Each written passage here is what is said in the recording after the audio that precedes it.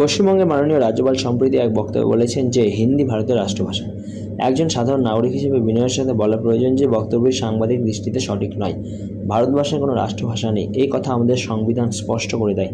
আমাদের সংবিধানে অষ্টম তফসিলে 22টি ভাষা স্বীকৃত এবং প্রতিটি ভাষা সমানভাবে সম্মান ও গুরুত্বের অধিকারী। ভারতের সংসদীয় ও কেন্দ্রীয় প্রশাসনিক কাজে অফিসিয়াল ল্যাঙ্গুয়েজ অ্যাক্ট 1963 অনুসারে হিন্দি এবং ইংলিশ এই দুই ভাষা ইউনিয়ন পারপোজের অফিসিয়াল ভাষা হিসেবে ব্যবহৃত হয়। আইন প্রণয়ন, সংসদীয় কার্যক্রম, কেন্দ্রীয় দপ্তর এবং উচ্চ আদালত এসব ক্ষেত্রে এ দুটি ভাষার ভূমিকা স্পষ্টভাবে নির্ধারিত। তবে এর অর্থ এই নয় যে হিন্দি রাষ্ট্রভাষা। এটি কেবল কেন্দ্রীয় সরকারি কাজের ভাষা। রাজ্যগুলোর নিজস্ব সরকারি ভাষা নির্ধারণের অধিকার রয়েছে।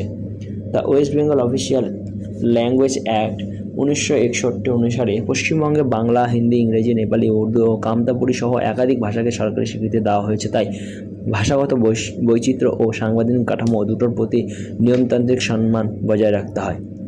বাংলা আমাদের মাতৃভাষা, তার মর্যাদা ও গুরুত্ব যেমন অটুট, তেমনি বাংলার পাশাপাশি হিন্দি ও অন্যান্য স্বীকৃত ভাষাও সমান সম্মান পাওয়া উচিত।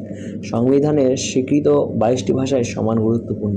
কেউ কারো চেয়ে বড় নয়, ছোটও নয়। তাই প্রত্যাশা করব আমাদের রাজ্যের সাংবিধানিক প্রধান ভবিষ্যৎ এমন ভুল ব্যাখ্যা এড়িয়ে চলবেন এবং সংবিধানের নির্ধারিত ভাষানীতি যথাযথভাবে তুলে ধরবেন। পশ্চিমবঙ্গের সাধারণ একজন ব্যক্তি হিসেবে এটাই আমার মতামত।